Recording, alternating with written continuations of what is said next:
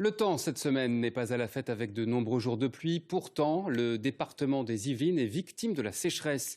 La moitié des communes sont placées en situation de crise. Particuliers, entreprises, collectivités ou encore agriculteurs doivent respecter des restrictions d'usage de l'eau.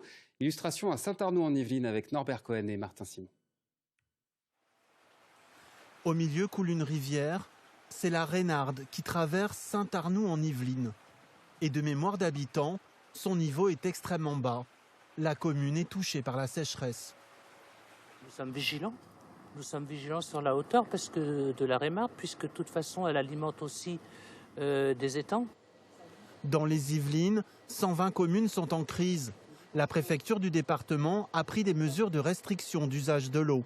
Déjà pour nous, mairie, c'est qu'on a un problème avec les arrosages. Nous n'avons plus le droit d'arroser les arbres. Donc nous demandons à l'État une dérogation actuellement et on attend la réponse. Côté usager, il est interdit d'arroser les pelouses et les massifs, ainsi que les jardins entre 9h et 20h. Remplissage de piscines et lavage de voitures sont également prohibés.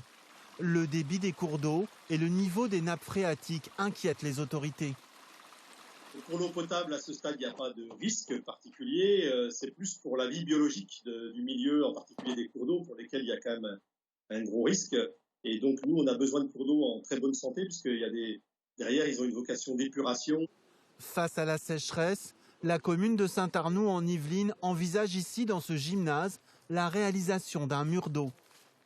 Alors, le projet mur d'eau, c'est récupérer, grâce à la pente du toit, finalement 11 200 litres d'eau dans des modules qui sont empilables. Et pour créer des îlots de fraîcheur, une cinquantaine d'arbres ont été plantés.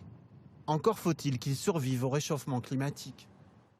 Et pour savoir si votre commune est concernée par ces restrictions d'eau, rendez-vous sur notre site internet idf.france3.fr.